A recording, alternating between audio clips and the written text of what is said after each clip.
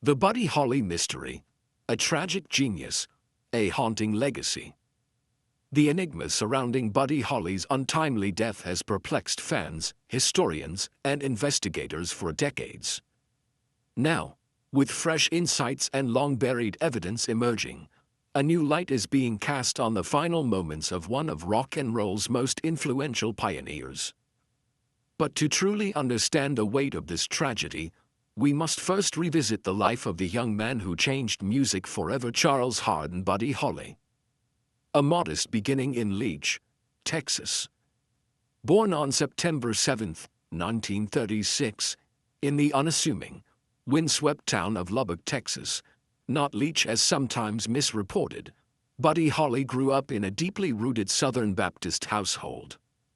His parents, Lawrence Odell Holly and Ella Pauline Drake Holly, were hardworking, faith-centered people who raised their 4 children with traditional values of respect, discipline, and community. Buddy, the youngest of the siblings, was known for his sharp mind, boundless energy, and relentless curiosity. Music was a constant companion in the Holly household. Gospel hymns flowed through their walls every Sunday, interwoven with the sounds of country, bluegrass, and western swing. These influences shaped Buddy's musical DNA from an early age. A budding talent finds his voice. By junior high, Buddy had begun experimenting with instruments, eventually falling in love with the guitar, a passion encouraged by local musicians and his supportive family. At Hutchinson Junior High, he met Bob Montgomery, a like-minded teenager with a shared enthusiasm for music. Together, they formed the duo Buddy and Bob, performing at school events, churches, and local radio stations in Lubbock. Their harmonies were smooth, their charm undeniable, and it didn't take long for their local stardom to grow. The Elvis Effect, a shift toward rock and roll.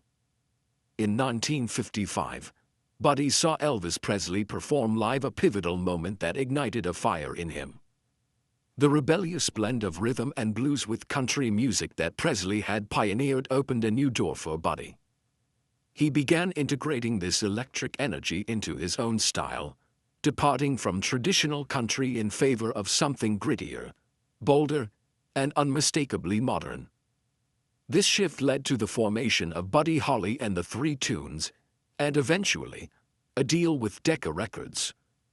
Unfortunately, the label failed to market him effectively and even misspelled his name, changing Holly to Holly, a mistake Buddy decided to keep.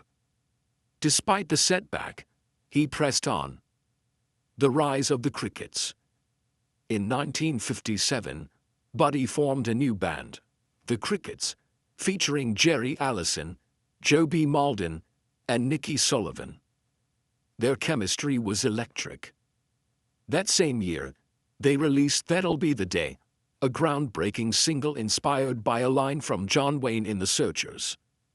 The song rocketed to #1 on the Billboard charts and became an anthem of the rock and roll revolution.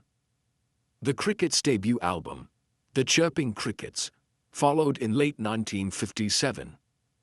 Their youthful, melodic, and clean-cut appeal helped bridge generational gaps and earn them a place in both teen bedrooms and adult living rooms.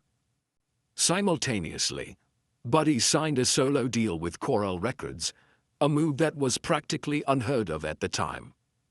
His dual path reflected not only his ambition but the industry's growing recognition of his talent.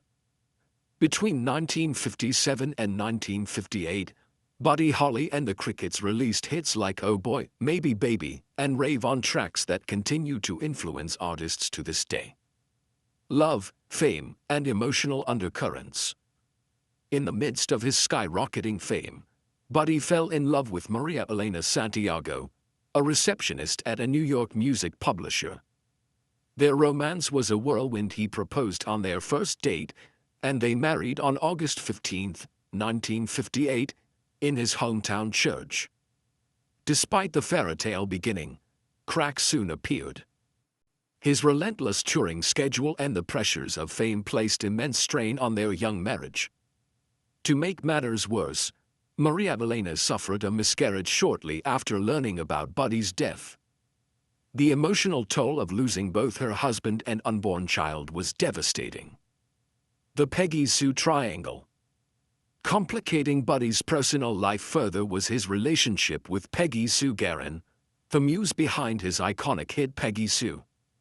While she was officially dating and later married to Jerry Allison, the Crickets drummer, insiders have long whispered of an emotionally charged bond between her and Buddy.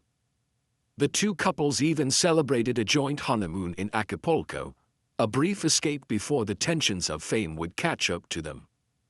Rumors persisted that Buddy urged Peggy Sue to leave Jerry due to his increasingly erratic behavior, though her Catholic upbringing made divorce unthinkable at the time. The Winter Dance Party Tour, a fatal gamble. By early 1959, tensions within the Crickets led to the band's dissolution. Facing financial uncertainty, Buddy reluctantly signed onto the Winter Dance Party, a brutal winter tour through the American Midwest. The tour was infamous for its poor planning, freezing temperatures, and relentless travel. Exhausted and desperate for rest, Buddy chartered a small Beechcraft Bonanza to avoid another freezing overnight bus ride. On February 3, 1959, tragedy struck. The plane crashed near Clear Lake, Iowa, killing Buddy Holly, Ritchie Valens, and J.P. the Big Bopper Richardson. He was just 22. The day the music died. Or was it something more? The official report blamed pilot error and poor weather. But over time, questions began to mount. Why were there rumors of a gun found at the crash site allegedly registered to Waylon Jennings, who had surrendered his seat to the Big Bopper? Why did some witnesses report strange lights and sounds just before the crash? Why was the investigation so swiftly closed? And why were families, including Maria Elena, kept at a distance from crucial details? In 2007, a petition was submitted to the National Transportation Safety Board requesting a new investigation. Forensic experts, historians, and aviation analysts unearthed troubling inconsistencies, patterns in the wreckage that didn't align with a simple accident.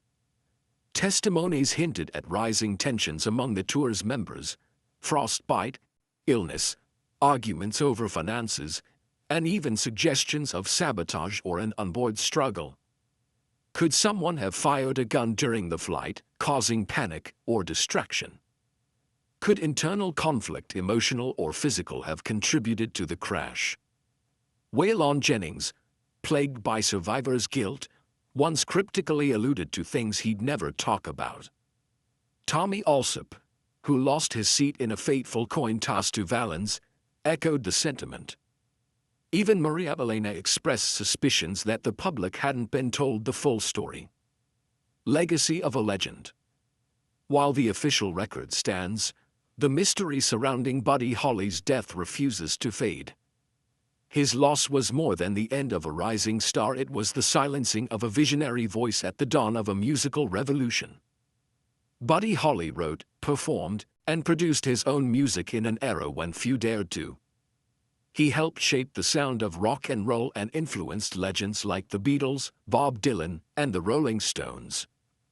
He wore his horn-rimmed glasses with pride, making it okay to be smart, shy, and a little different in a world of slick rebels.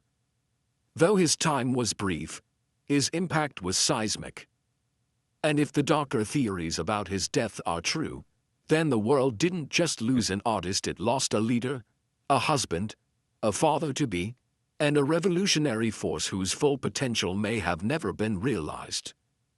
His was a flame that burned bright and fast, illuminating the future of music before vanishing into the cold Iowa sky, leaving behind a question still whispered by fans: what really happened to Buddy Holly?